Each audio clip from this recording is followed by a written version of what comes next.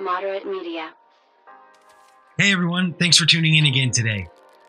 I got the chance to speak with Peter Brady. He's the Executive Director of the British Columbia Securities Commission, or the BCSC. If anybody isn't aware, these are the guys who help regulate some of the promotional activities going on out there in the marketplace.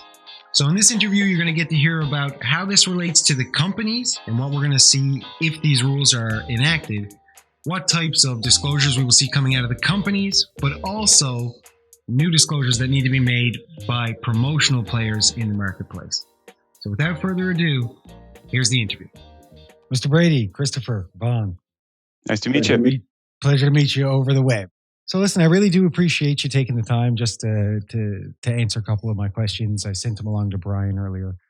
I'm trying to give the community and anybody who's paying attention an understanding of how you guys have been dealing with, disclosure, online disclosures in the past, and then why now to bring forward the proposed instrument at this moment, and then what are the changes that are being proposed? Sure. Shall I just jump in and tackle all three of those? Feel free to stop me anytime. Happy to clarify anything. So, this is a long story. For as long as there have been stock exchanges, there's probably been stock promotions and pump and dumps. And unfortunately, British Columbia has been home to some of those problems. And, some people might think not a lot's been done, but in fact, a lot has been done over the years. We've had a wide variety of programs to tackle it. This chapter begins around 2017, 2018. We see this huge uptick. And of course, there was cannabis, but there was also blockchain. Yeah. Battery metals, and just a whole ton of interest in junior markets again, which of course, was great to see. We want vibrant markets as a regulator too. But along with that, we started to see new kinds of promotional activities. So in the past, maybe what you see is a boiler room, maybe the odd email campaign, sometimes even, pushing a stock in news releases. But what we started to see in 2017, 2018 was a big shift to social media. And that's not surprising at all. Of course, everybody's using social media, and it's a legitimate form of communication. But the other thing that we saw is that often it was really hard to find the connection to the company or even to a major shareholder.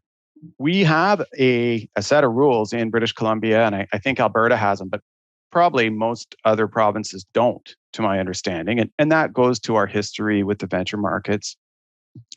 And the old rule said, if a company is doing investor relations activities, then they have to make sure that the materials state that the promotion was done by or on behalf of the issuer or by or on behalf of the shareholder.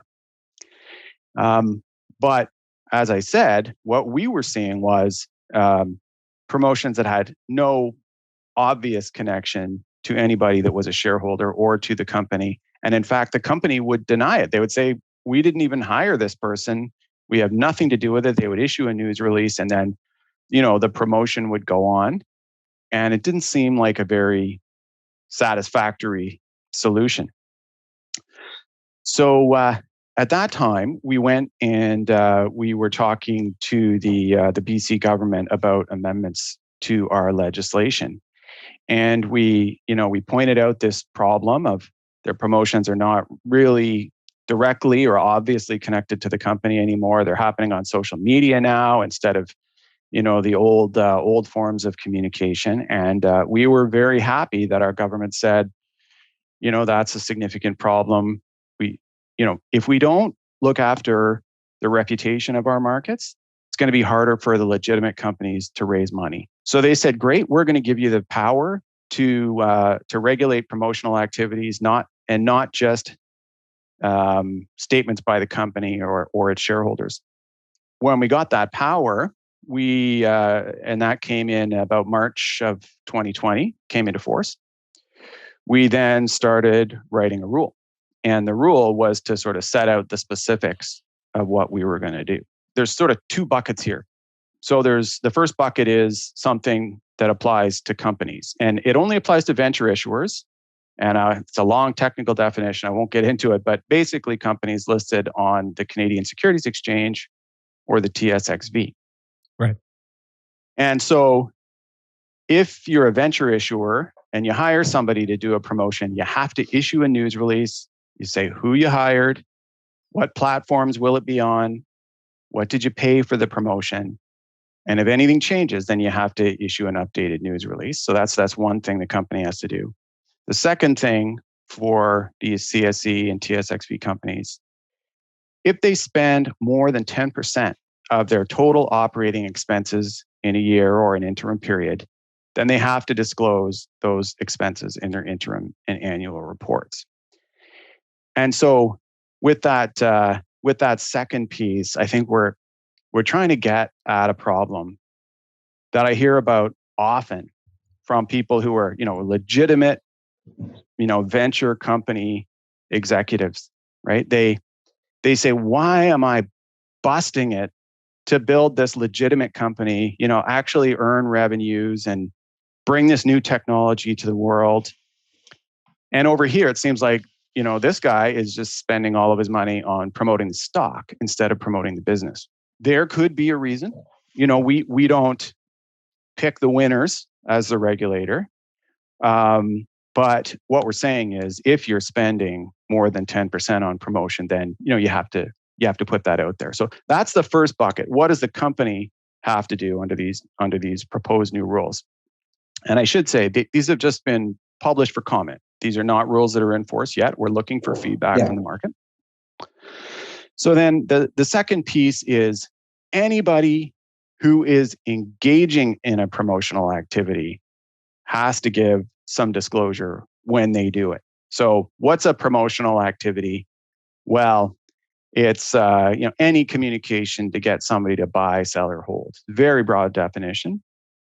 So if you're engaging in a promotional activity, it doesn't matter whether I'm sitting here with you over video, whether I'm doing it live, whether I do it on the internet, then you have to say, if the issuer has hired you, okay, on whose behalf are you doing the promotion? What are you getting paid? Do you own securities or derivatives or some other, interest in the company? What's the platform where the promotion's taking place? And the real piece I like is you also have to disclose any facts that would interfere with the objectivity of the person that's doing the promotion. So, every time you make a rule, somebody can find a way to get around it. Sure. So maybe you don't own any shares. The person doing the promotion doesn't own any shares, but guess what? They're married to the CEO. So, the whole idea here is give investors the information they need to decide how reliable is this statement that I'm seeing.